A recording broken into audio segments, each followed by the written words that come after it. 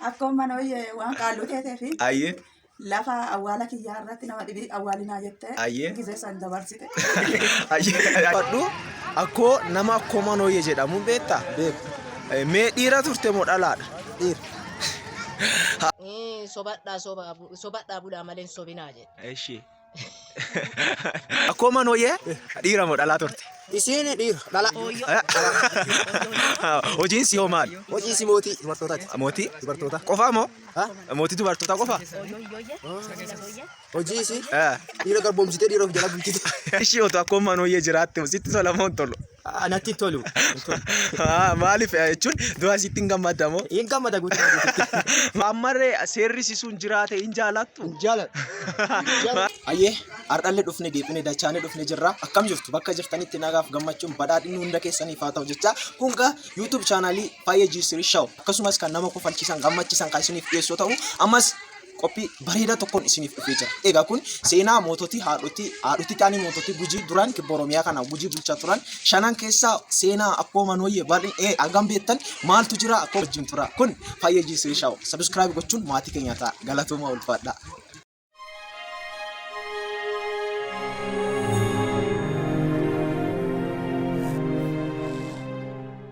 Ashama. Nagaa badhaadha. Nagaa nageenyi sin gammada. Nagaa jireenya akkami? Abaa galtii nagaa.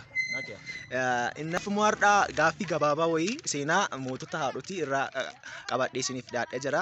Hamma danda'ame naaf deebistu.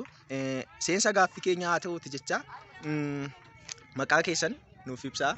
Maqaan kiyyaa Maanu'eel Araarsoon jedhama. Eessa jiraattu? Godina Gujii Lixaa Naqachaan jiraata. Yaadansaa.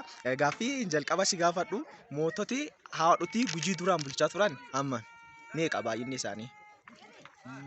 Yoon dogoggoruun baadhee yookaan dogoggoruu yoo dhabe 5. Akkasi 5 jetteetti amanta. 5 jedhee amana. Maqaa isaanii hoo nuuf himtaa? Maqaa isaanii tokkoffaa irratti akkoo manooyyee jechuu hin beeka. Akkoo manooyyee hin beeka. Akkoo manooyyee jedhamti. Ishii. Lammaffaa Lasoo Lasooyyeeti. Ishii. Lasoo Lasooyyeeti. Ishii. Sadaffaa Lasoo yaadadha. Akkoo manooyyee hin beeka. Itti aansee Lasoo Lasooyyee hin beeka. Garuu 5 ta'uu isaanii immoo yaadadha 5. Ishii mootota kanneen keessaa dhiirota irratti dhiibbaa yookaan miidhaa kan geessiste mootii kami? Dhiibbaa kan geessiste akkoo manooyyee jedhama. Akkasi? Akkas jedhama ture. Akkas jedhama. Mee miidhaa isin nama akkamirratti dhiirota gosa kamirratti geessisaa turte? Dhiirota dhedheeroo jedhamu. Dhiirota dhedheeroo feetu. Okay, gaggabaaboo. Silaa himuu fe'ii. Gaggabaaboo. Mootittiin tun mee dhiirota gaggabaaboo irratti tarkaanfiin gosa kamii akka fudhatamu barbaadde? Tokkoffaa tarkaanfiin du'aa akka irratti fudhatamu. Lammaffaa akka garbummaatti itti fayyadamuu barbaaddi. Haganuma beekama. Labsii bacaa akka baastee himama. Labsii kanneen keessaa eegam yaadattame? Labsii kanneen keessaa akkoo manooyyee jechuun baay'ee nama qaroo turte bara san labsiin ishiin baaste keessaa tokko dhiirota gaggabaaboo irratti dhiirota gaggabaaboo ta'an irratti tarkaanfiin du'aa akka fudhatamu yeroo akkasii sun baaste. Akkoo manooyyee bara jiruun jirtu keessatti ajaja tokko baaste turte. Ajaja jabaa yookaan ulfaata ture baaste turte. Ajajji kun maalidha? Lafa hanqisaa samii hanqisaa qilleensa irratti mana naa ijaara jettee turte. Manni kun ijaarame moo hafe? Manni sun ijaaramne ijaaruudhaaf garuu yaalii godhaati turane. Yaaliin isaanii sun isaaniif hin milkoofne. Sababni isaallee ajaji isiin dabarsite yookaan jechi isiin jette sun jecha ulfaataa nami raawwachuuf yookaan tolchuudhaaf kan namatti ulfaatu ta'uu isaati.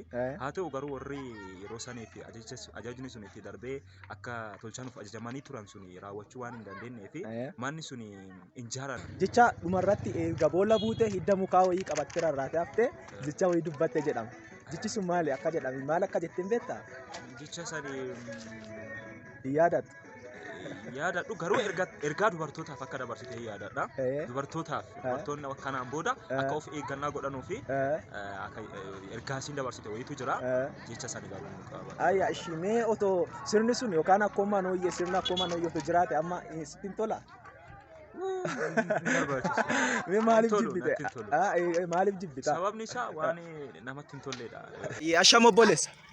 Ashama. Nagaa. Nagaadha. Badhaadha. Badhaadha. Akkam jireenyi gammada? Gammada. Baa galti nagaa? Nagaadha. Na'aasamni nagaa? Nagaa. Fayyaa miti? Fayyaa. Ayyaa mee kun egaa sooshaal miidiyaarra yookaan miidiyaa hawaasaarraa chaanaalii yuutuubiirra banameedha.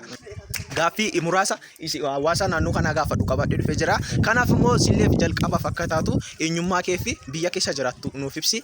Gara gaaffiitti seemnaa achiin booda. Ani maqaan koo Badhaanee jedhama. Ayyee. Kan jiraadhu magaalaa aanaa Qalcaa keessadha. Ayyee. Godina Gujii Lixaa aanaa Qalcaa keessa jiraadha. Ayyee daamsaa ulfaadhu.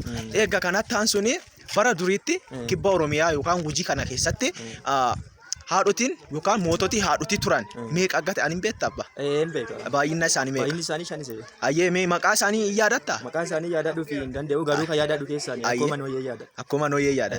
Ashama obboleessa. Nagaadha. Fayyaa miti? Gammadaa? Jireenya akka? Ooliinsi badhaadha?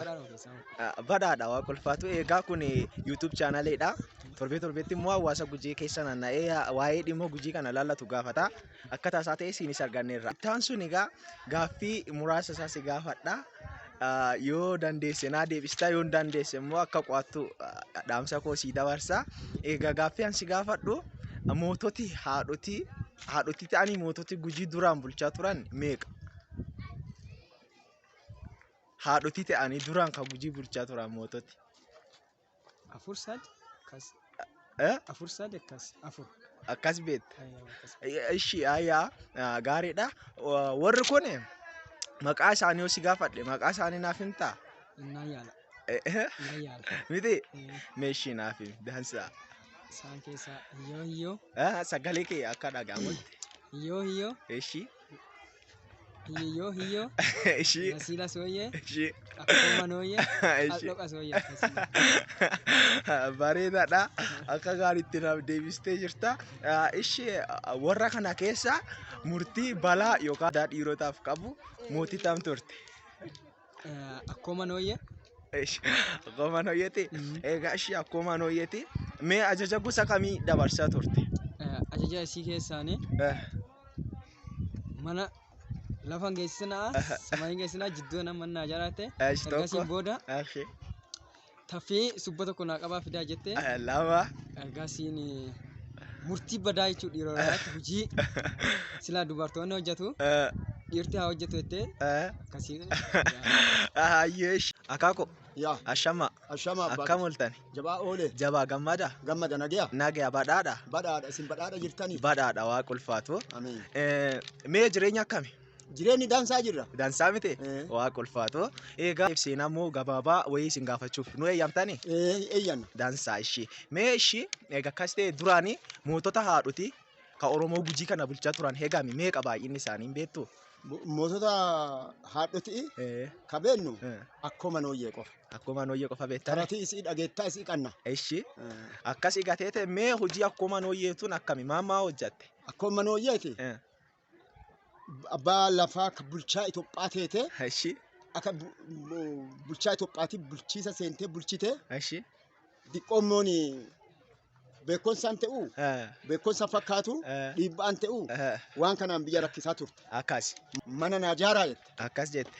Mana naa jaaraa jennaani ummati jaarii isaa yoo ba'u utubaa jedhan musossoo jechuudha. Ishii musossoo sanii ka hanxaxii fidaa jette. Ishii dansaa. Hanxaxii jedhamu suni ishii uddoo isiin maqaa isii uddoo hanxaxii jedhama. Ishii hanxaxiin suni utubaaf hin danda'u. Akkas. Waan qaqadha. Ishii waan didiiqa muka didiiqaa jechuudha. Ishii musossoo hanxaxii fidaa. ayyaa musossoo godhaa. ayyee mana kana naa jaaraa lafa hanqisaa ishii waaqa hanqisaa naa jaaraa jette. mana san jaarane moo akkami? Mana san jaariisaa fi akka godhanii lafa hanqisan dadhaban. Ishii Akka godhanii waaqa hanqisanii lafa hanqisanii jaaran dadhaban. ishii Maal godhanii ayyee muki kun hin dhagamu akki jaaramu hin jiru ayyee maangoonee lafa hanqinee waaqa hanqinee jaarraa jedhama. ishii Muki hanxaxii jedhamu kun waan qaqadhaa ta'ee fi musossoo mahaalii odduu keessa galuu waan hin dandeenyeef amma maan ta'in ariidhanii fala baafatan. Eshi. Nama hiyyeessaan jira. Eshi. Hiyyeessi kun nama gabaaba. Ayyee. Hiyyeessi kun dhufee isa barbaadaa jedhan. Isa barbaadanii dhaggan. Ayyee. Isa barbaadanii dhagginaani fala isin gootanu Ayyee. boolla sanii waan qaqadhaa irra naqa. Ayyee. Marra irra uwwisa. Ayyee. Waa isiirra teettu barcumaa isiirra teettu sani irra kee itillee irra afa. Ayyee. Irra kee jedhan. Eshi. Biyya mari'achiisaa namichi biyya himaara. Namicha gabaabaa kana Gabaabaa kana irra kee Eh. gizeessi achiin dhuttu yoo yaagiitti isii edaa dhutte irra teettu muki waan jalaan jirreef muki qaqadhaa waan ta'eef waan biyyee diimatee dhossaneera nuufi Ayyee. akkanuma yoo dhuttu biyyeen kun jalaa deemtee barcumaan kun fudhatee deeme Ayyee. hidda bonkee sobii sobaadhuu bulii Eshi. wayaa fi yala dhuwaadhuu Ayyee. hin mokkoriin jettee dhaansa biyyaa kennite Ayyee. deemtee akkasi beenna Yaa isa malee yaa. waan biraan dhageenya. Odoo ammarree seerrisi sun jiraate hin jaalattu. Hin jaaladhu. Maaniif? Ayyee. Asham obboleessa. Shama kam jirtu? Nagaadha. Naguma fayyaa. Fayyaa jireenyi si gammada? Gammada galata isaa. Baagalti nagaa. Naguma. Sa'a namni nagaa. Naguma. Jireenya akkam? Mirte. Bareeda miti? Shaggaa'e. Ayyaa mee gaaffii jalqabaa nuuf haa ta'u maqaa kee fi biyya kee nuuf eegal. Asitti argamuu keessanii akkasuma seenaa uummata Oromoo babal'isuu keessaniif galatoomaa isiniin jecha. Ayyee. Maqaan kiyya Asheebir Mesedeen jedhama. Ayyee. Kanan jiraatu godina Gujii lixaa aanaa Qaccaatiidha. Ayyee. Maqaan koo Asheebir Mesedeen jedhama. Ayyee ishii ulfaadhu siin jecha mee har'a moo gaaffii nuti irratti fuulleffanne seenaa moototii haadhotii Gujii duraan Oromoo Gujii kana bulchaa turaniiti mee hammam beektaa baay'inni isaanii eegame? Naannoo ammaa shaniin beekaa. Ayyee hin beektaa maqaa isaanii hoo hin qabattaa? Maqaa isaanii muraasa dha'uu hin danda'a. Ayyee mee naawaa? Kosooyyee. Ayyee. Akkuma nooyyee. Ayyee. Dhumarra immoo akkuma nooyyee kan jedhamtu turte. Ayyee ulfaadhu mee mootota kanneen keessaati sirna badaa fi yookaan sirna dhiirotaaf ulfaataa ta'een ka bulchaa turte mootii ta'an.